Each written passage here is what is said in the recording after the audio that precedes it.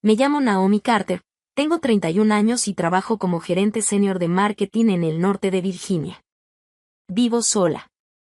Me gusta tener todo bajo control, planear cada detalle, no dejar nada al azar. Durante casi toda mi vida adulta me convertí en la persona a la que mi familia llamaba cuando algo salía mal, una cuenta olvidada, un favor urgente, o el desastre que nadie más quería resolver. Yo era la solución automática. Por eso, cuando mi mamá me llamó una semana antes de Navidad con una voz suave, casi llorosa, pidiéndome que regresara a casa porque las fiestas no serían lo mismo sin mí, decidí creerle. Compré el boleto sin pensarlo demasiado. Reorganicé el trabajo, empaqué regalos y crucé el país durante 6 horas agotadoras, pensando que tal vez este año sería distinto. Cuando finalmente llegué, traía las piernas adoloridas, el abrigo húmedo por la nieve de Colorado y la maleta arrastrando lodo derretido en las ruedas. No había ni tocado el primer escalón cuando la puerta se abrió. Mi papá me miró como si yo llegara tarde a un turno de trabajo, no como si volviera a casa. No dijo bienvenida. No preguntó por el vuelo. Solo me observó y soltó, sin rodeos, que si no estaba ahí para cuidar a los hijos de mi hermana mientras ellos se iban de viaje, entonces mejor ni entrara. Y como si eso fuera lo más normal del mundo, detrás de él apareció mi hermana ya lista para salir, riéndose. Luego mi mamá. Luego los niños. Todos ahí, como si yo no fuera parte de la familia, sino una herramienta que se activa cuando hace falta. Una solución gratuita parada en el porche con una maleta en la mano. Los miré a todos. Sonreí despacio. Y les dije que tenían 5 minutos para seguir riéndose juntos. Porque después de eso, todo cambió. No sé si quieres saber en qué parte del mundo estás viendo esto o qué hora es donde estás ahora. Pero de verdad me interesa. Porque esta historia no se queda en una sola casa. El silencio llegó de golpe. La sonrisa de mi papá se borró primero. La de mi hermana después. Mi mamá fue la última, y su expresión se tensó, como cuando ya sabe que algo no va a salir como esperaba. Solo se escuchaba el viento empujando la nieve contra la barandilla del porche y la corona navideña golpeando suavemente la puerta. Entonces vibró el primer teléfono. El de mi hermana. Bajó la mirada, frunció el ceño y abrió la aplicación de viaje sin soltar las llaves del coche. En segundos, el teléfono de mi papá también sonó. Luego el de mi mamá.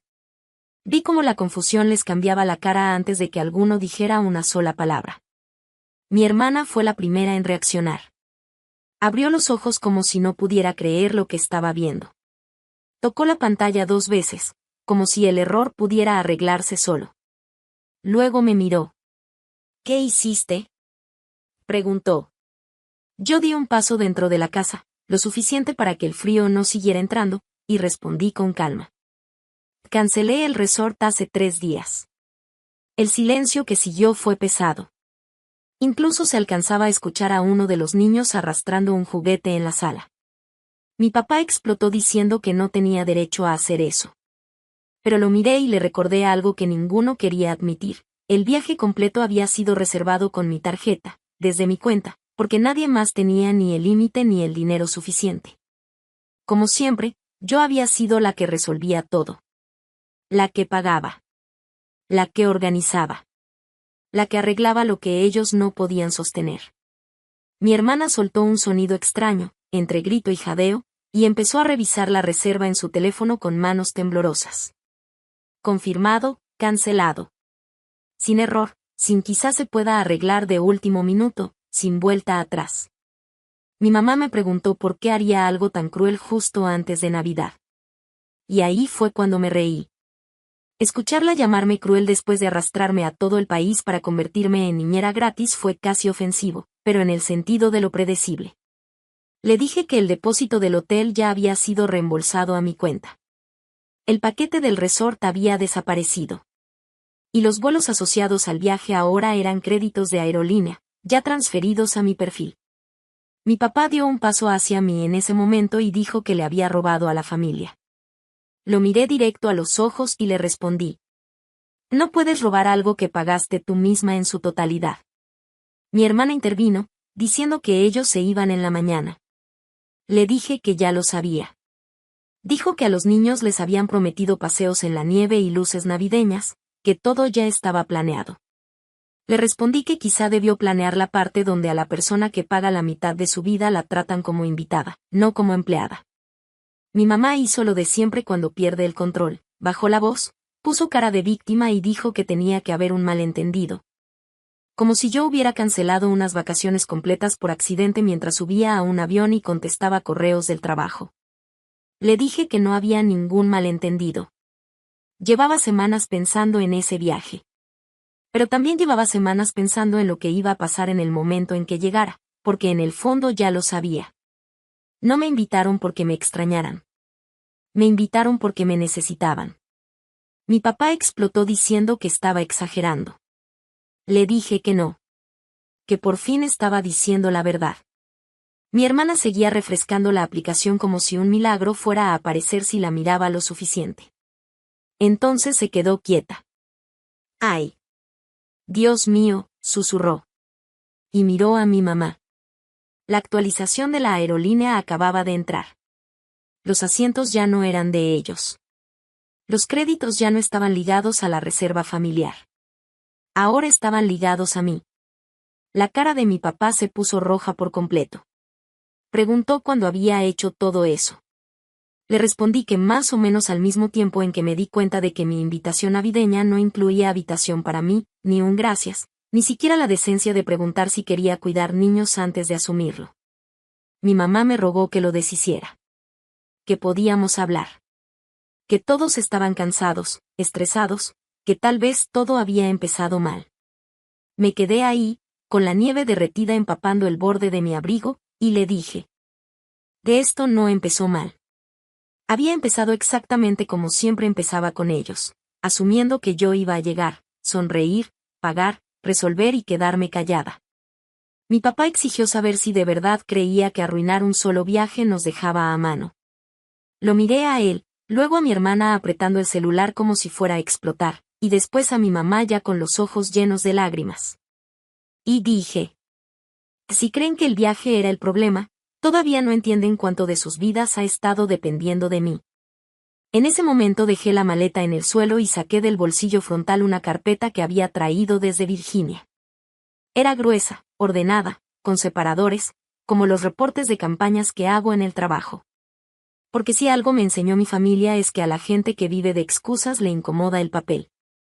Mi papá puso los ojos en blanco apenas la vio, pero mi hermana se puso pálida antes de que yo abriera siquiera la primera hoja. Ya sabía lo suficiente como para reconocer mi cara en ese momento. Saqué la primera página y la levanté. Ayuda hipotecaria. No el pago completo de la casa cada mes, pero sí lo suficiente para que no cayeran cada vez que se atrasaban. Luego la puse sobre la mesa imaginaria entre nosotros. Servicios básicos, luz, agua, internet. Después otra. El coche de mi hermana, cubierto por mí en los meses después de que perdió su trabajo. Luego el seguro del auto, que seguí pagando en silencio porque a nadie le importaba si los niños iban o no sin protección. Luego el plan telefónico. Luego la cuenta de despensa a domicilio que mi mamá llamaba una bendición cada vez que aparecía comida en la puerta como si fuera regalo del cielo. Nada de eso era un milagro. Era yo. Cada transferencia tarde en la noche, cada pago de emergencia, cada rescate silencioso entre reuniones, vuelos y fines de semana en los que debí estar construyendo mi propia vida en lugar de evitar que la de ellos se hundiera. Mi mamá miraba los papeles como si fueran algo desagradable. Mi papá insistía en que eso era familia y que la familia se ayuda. Entonces le hice una sola pregunta. ¿Cuándo fue la última vez que ustedes me ayudaron a mí? No dinero. No favores. Nada. ¿Cuándo fue la última vez que llamaron solo para saber cómo estaba sin convertir la llamada en algo que necesitaban? Mi hermana intentó hablar diciendo que yo siempre había ofrecido, pero la interrumpí. Le dije que la gente deja de decir que no cuando aprende que decir no trae castigo, silencio, culpa, acusaciones, semanas completas siendo llamada egoísta. A mí me habían entrenado durante años para mantener la paz, pagándola. Mi papá dijo que eso era ridículo, que yo era desagradecida, que él me había dado techo cuando crecí, que ellos me habían criado. Lo miré y le respondí. Criar a tu hija no te da suscripción vitalicia a su cuenta bancaria. Mi mamá empezó a llorar entonces. Primero bajito, como intentando controlarse, pero luego más fuerte cuando se dio cuenta de que nadie se estaba acercando a consolarla, porque hasta los niños ya sentían que eso no era un drama cualquiera.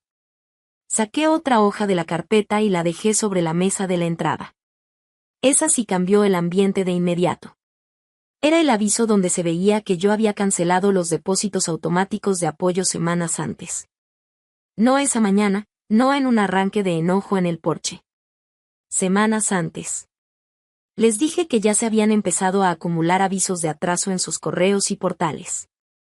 Si hubieran revisado sus cuentas en lugar de asumir que todo se resolvía solo, lo habrían visto venir. Mi hermana susurró. No, no, no.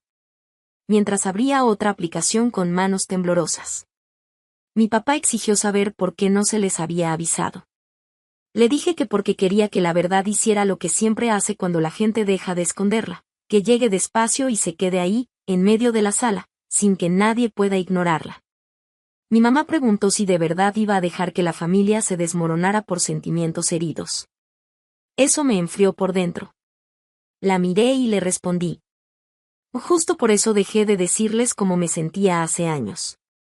Porque cada vez que lo hacía, lo reducían a sentimientos heridos. Como si el cansancio, el resentimiento y el ser tratada como un fondo de emergencia con pulso fueran solo cambios de humor que se me iban a pasar. Mi papá me dijo que dejara de hablar como víctima. Le dije que ya no era víctima. Ese era el punto. Mi hermana ya se había arrinconado contra la pared, apretando el celular como si fuera a salvarla de algo. Le dije que el financiamiento del coche ya no estaba recibiendo pagos de respaldo. Le dije a mi mamá que la cuenta de despensa se cerraba al final de la semana. Le dije a mi papá que las transferencias del hogar habían terminado. Y luego dije lo único que los dejó a los tres congelados. Yo no vine cruzando el país solo para cancelar sus vacaciones. Vine porque esta iba a ser la última Navidad en la que iba a financiar a gente que se ríe de mí antes de que siquiera me quite las botas. Ojalá pudiera decir que alguien se disculpó en ese momento, pero así no funcionan las familias como la mía. Mi papá se fue directo al enojo, porque el enojo siempre había sido su escudo. Mi mamá se fue a la culpa, porque la culpa siempre había sido la suya. Mi hermana siguió llorando, porque llorar casi siempre había sido suficiente para que los demás acomodaran la realidad a su alrededor. Pero nada de eso ya me afectaba. Estaba cansada, helada, y más segura que nunca. Les dije que esto no era una escena. Era un límite. Y que les gustara o no, los límites ya estaban cobrando caro. Mi papá preguntó a dónde creía que iba a ir después de hacer algo así. Y le dije la verdad. No iba a subir a desempacar. No iba a dormir en el cuarto de visitas. No iba a pasar una sola noche bajo un techo que yo misma ayudé a mantener para gente que podía quedarse ahí riéndose mientras me cargaban sus responsabilidades. Les dije que tenía una cita de cierre y la entrega de llaves al día siguiente por la mañana. Mi mamá parpadeó confundida y me preguntó de qué estaba hablando. Mi hermana dejó de llorar por un segundo y se quedó mirándome. Entonces les expliqué que mientras ellos asumían que yo iba a seguir mandando dinero para siempre, yo llevaba un año construyendo una salida en silencio, con calma. Había comprado un departamento en Denver. Mi departamento. A mi nombre. Mi enganche, mi hipoteca, mis muebles en camino, mi dirección, mi futuro. No se los dije porque sabía exactamente qué iba a pasar si lo hacían parte del tema familiar. Habría comentarios sobre lo útil que sería tener un lugar en la ciudad. Sugerencias de quedarse tantito. Emergencias. Visitas largas. Y al final, de alguna forma, otro gasto encima de mí. Así que lo mantuve privado. Mi papá me miró ofendido, como si eso fuera una traición personal, y me preguntó cómo podía tomar una decisión tan grande sin hablarlo con la familia. Le respondí que cada vez que tomaba una decisión responsable por mí misma, ellos la trataban como si fuera propiedad compartida. Mi mamá preguntó si de verdad había planeado todo eso antes de venir a casa. Le dije que sí. Que lo había planeado igual que todo lo demás en mi vida, porque si hubiera dejado mi futuro en sus manos, seguiría pagando el caos de alguien más a los 50. Mi hermana preguntó dónde se suponía que iban a quedarse los niños ahora. Le dije que con su mamá. Esa respuesta la golpeó más fuerte que el resort cancelado. Dijo que ella necesitaba un descanso. Le contesté. Ser mamá y necesitar un descanso no es lo mismo que asignarle tus hijos a una tía que nunca aceptó hacerse cargo. Mi papá subió la voz y dijo que yo era egoísta. Le pregunté qué parte exactamente era egoísta. Negarme a ser emboscada en la puerta después de 6 horas de viaje y miles de dólares en apoyo que jamás me agradecieron. No tuvo respuesta. Así que hizo lo que hacen los hombres como él cuando pierden el control, lo convirtió en respeto. Dijo que lo estaba humillando en su propia casa. Casi me reí. Porque la verdad es que esto ni siquiera rozaba la humillación que yo había tragado durante años. Cada llamada de crisis, cada urgencia, y luego el silencio en cuanto el problema se resolvía. Mi mamá se acercó y bajó la voz. Me pidió que al menos me quedara esa noche y habláramos en la mañana. Podía oír el pánico debajo de lo suave.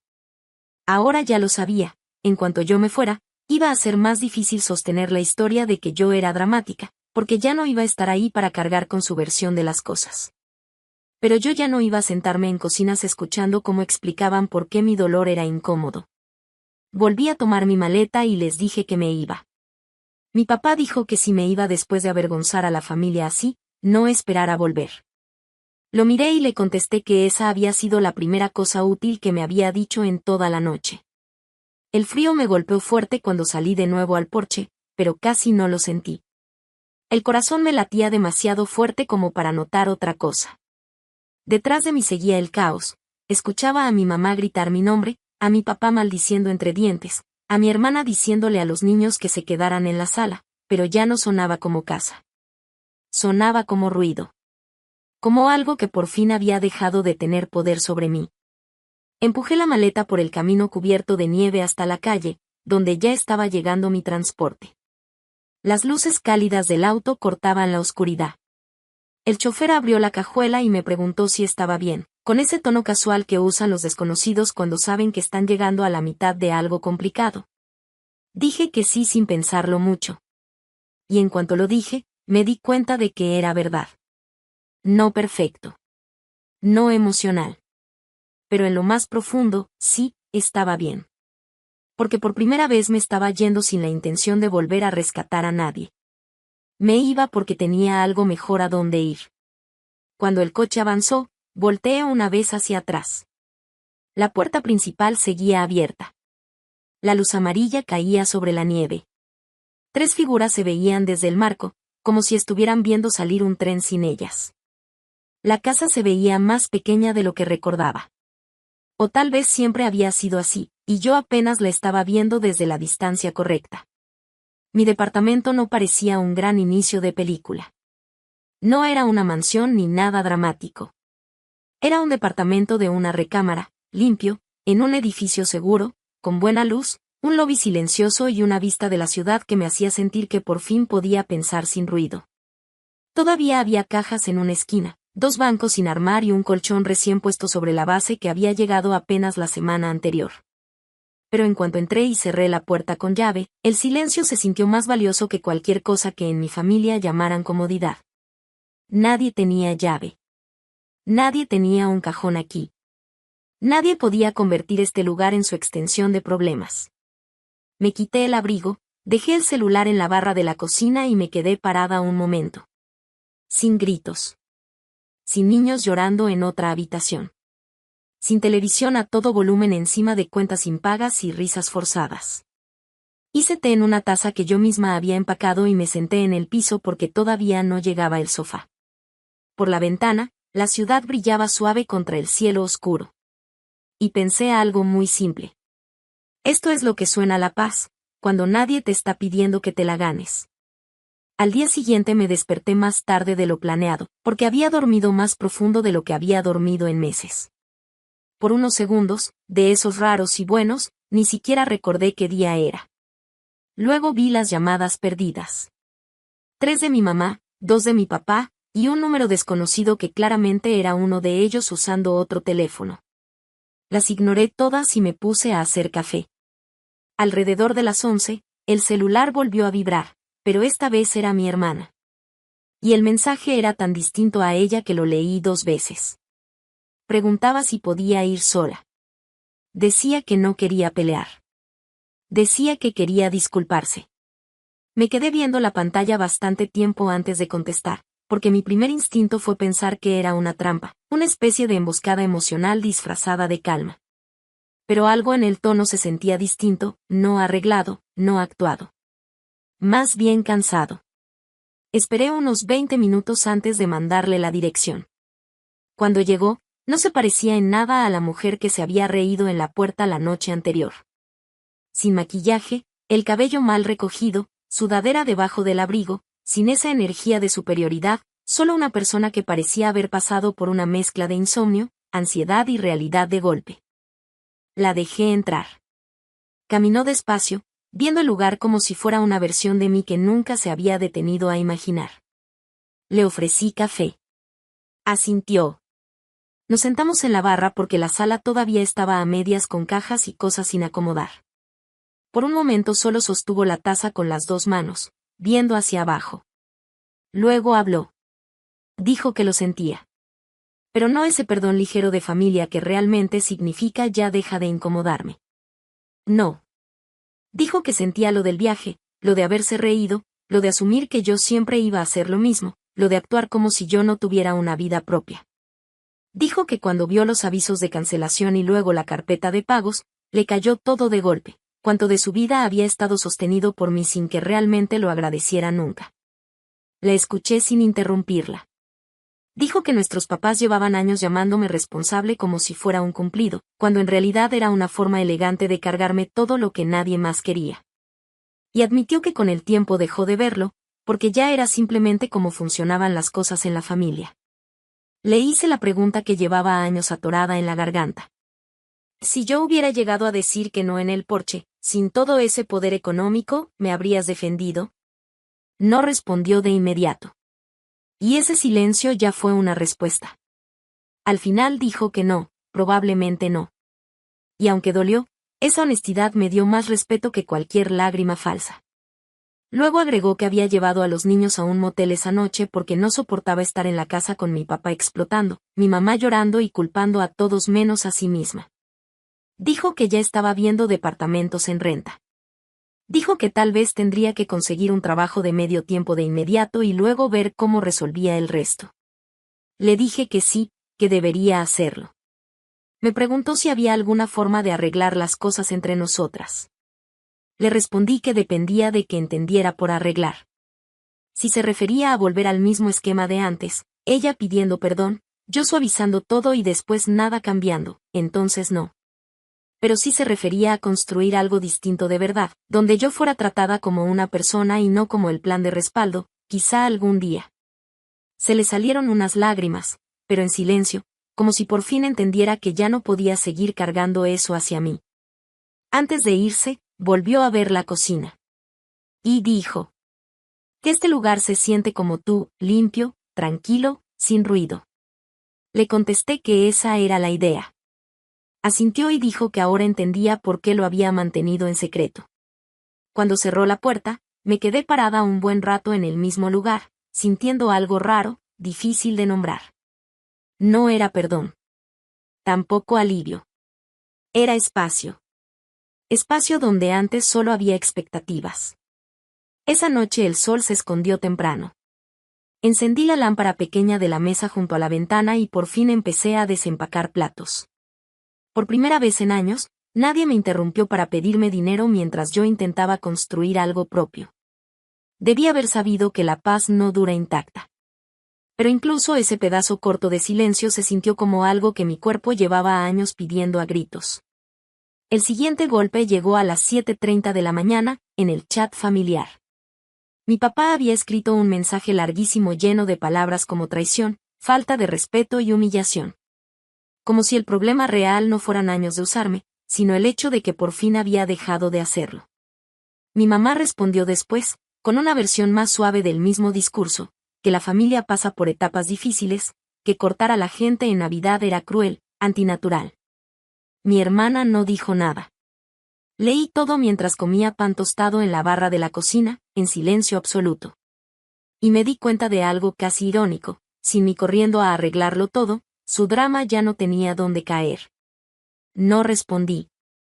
En lugar de eso, abrí la computadora y empecé a hacer lo que debía haber hecho mucho antes. Quité a todos los usuarios autorizados que legalmente podía de las tarjetas ligadas a mis cuentas.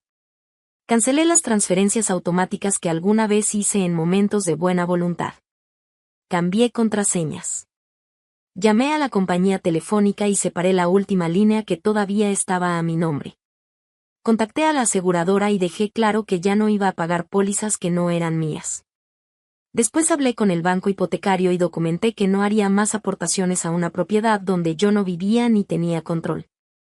La mujer del otro lado del teléfono fue clara y profesional, y lo agradecí. Me explicó exactamente qué podía pasar y qué no. Y por primera vez en mucho tiempo, sentí que no estaba atrapada en una historia familiar, sino participando en la realidad. No podía borrar mi pasado de un día para otro. Pero sí podía dejar de sangrar dinero en un sistema construido sobre mi silencio. Esa diferencia lo cambió todo. Ya no se sentía como venganza. Se sentía como una cirugía, tardía, dolorosa, pero necesaria.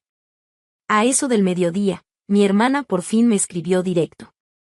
Dijo que el banco ya había empezado a llamar por el coche. Que mi papá estaba culpando a todos menos a sí mismo. Y que mi mamá seguía insistiendo en que yo me iba a calmar y regresar a hacer todo como antes después de Año Nuevo, si le daban tiempo. Le contesté una sola frase. Yo no me voy a calmar. Ya terminé. No respondió. Más tarde ese mismo día, tocaron mi puerta. Cuando revisé la cámara, vi a mi mamá sola en el pasillo, con un abrigo oscuro y la bolsa apretada entre las dos manos.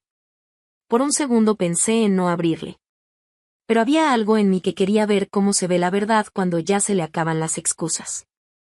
Entró. Y de inmediato se veía más pequeña de lo que yo recordaba. No porque yo me sintiera poderosa, sino porque sin la casa, sin el ruido de las fiestas, y sin el enojo de mi papá llenando el ambiente. Ella solo parecía una mujer que pasó demasiado tiempo sobreviviendo a base de controlar el estado emocional de otros. No se sentó al principio. Se quedó parada junto a la ventana y dijo que el viaje ya se había cancelado. Que obviamente los niños estaban molestos. Que mi hermana se estaba quedando con una amiga por ahora. Que mi papá había pasado la mañana llamando a gente con la que no hablaba desde hace años, buscando dinero prestado o apoyo, o las dos cosas. Luego dijo que el coche podían quitárselo si no se ponían al corriente pronto. Que la cuenta de la casa estaba atrasada. Que todo se sentía inestable. La miré y le pregunté si venía a disculparse o a negociar. Eso la pegó fuerte. Bajó la mirada un segundo y luego sacó un sobre de su bolsa. Dentro había un cheque. No era suficiente como para llamarlo justicia. Apenas alcanzaba para llamarlo un inicio. Dijo que era parte de lo que me debían, y que lo demás llegaría cuando pudieran. Le pregunté si entendía por qué había pasado todo esto. Dijo que todos se habían acostumbrado demasiado a depender de mí. Le respondí que eso no es lo mismo que entender. Acostumbrarse suena accidental. Esto no fue accidente. Fue costumbre. Fue derecho asumido. Fueron años de llamarme solo cuando algo se rompía y luego molestarse cuando yo empezaba a poner límites. A mi mamá se le llenaron los ojos de lágrimas, pero esta vez no las usó como arma. Solo asintió una vez, como si le doliera porque era cierto. Pero nunca dijo perdón. Solo dijo: todos cometimos errores. Ahí estaba. La versión familiar de la responsabilidad, diluirlo todo, repartirlo, hacerlo sonar compartido. Casi le regreso el cheque solo por eso. Pero no lo hice. Porque a veces la respuesta más clara no es discutir. Es dejar de cargar incluso una sola onza de la negación de alguien más. Antes de irse, me preguntó qué debía decirle a mi papá. Le dije que no le dijera nada. Ya no me interesaba otra ronda de acusaciones, otra exigencia disfrazada de gratitud, Ni otro discurso sobre respeto de un hombre que abría la puerta de su casa a su hija como si fuera personal de servicio. Mi mamá se quedó un momento ahí, como si quisiera decir algo más suave, algo más humano. Pero lo que fuera que sentía se le atoró entre el orgullo y el miedo. Se fue con un cuídate bajito. Cuando la puerta se cerró, me recargué en ella y solté el aire que sentí que llevaba años sosteniendo. Durante las siguientes 2 semanas, los mensajes familiares fueron bajando, no porque entendieran mis límites, sino porque por fin estaban enfrentando consecuencias que ya no se podían platicar para hacerlas desaparecer. Mi hermana consiguió un trabajo temporal en una tienda. El horario era un caos, pero era trabajo. La situación del coche seguía inestable, pero al menos ya se estaba moviendo. Mi mamá mandó un segundo cheque más pequeño, sin nota, solo con mi nombre en el sobre. Mi papá desapareció por completo. Y con él, no hubo paz, exactamente. Fue más bien ese silencio de ego herido, pero al menos era silencio. Y en ese punto, yo ya había aprendido que el silencio también puede ser suficiente. Un mes después, la Navidad se sintió diferente de una forma que al principio no supe explicar. No fue algo cinematográfico.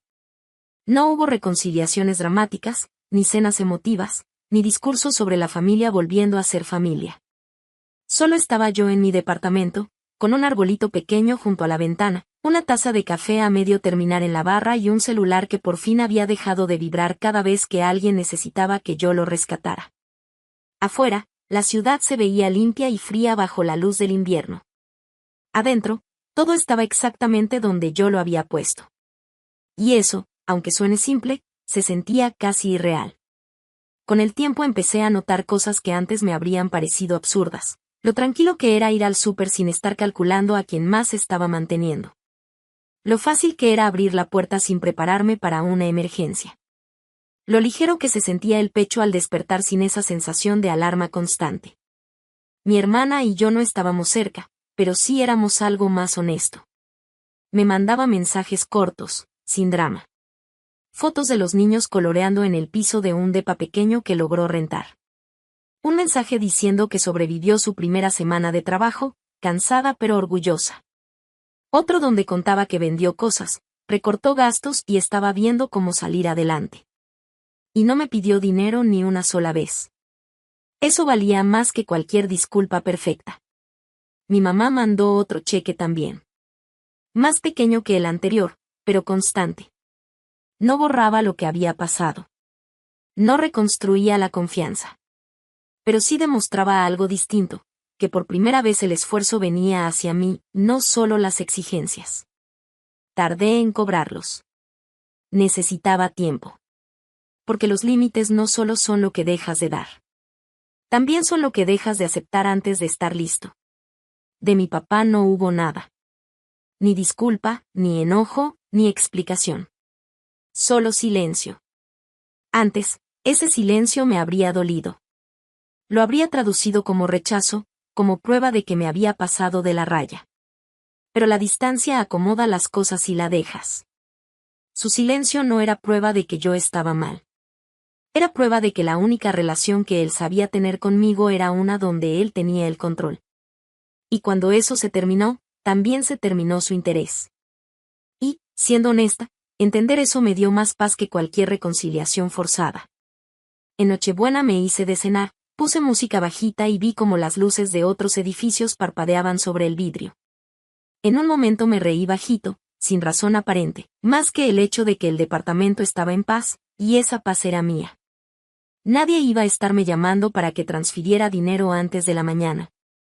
Nadie iba a hacerme sentir culpable para que resolviera problemas que ellos mismos crearon y luego disfrazaban de familia. Nadie estaba esperando que yo terminara una conversación para convertirme otra vez en una herramienta. Durante años creí que ser necesaria significaba ser valiosa.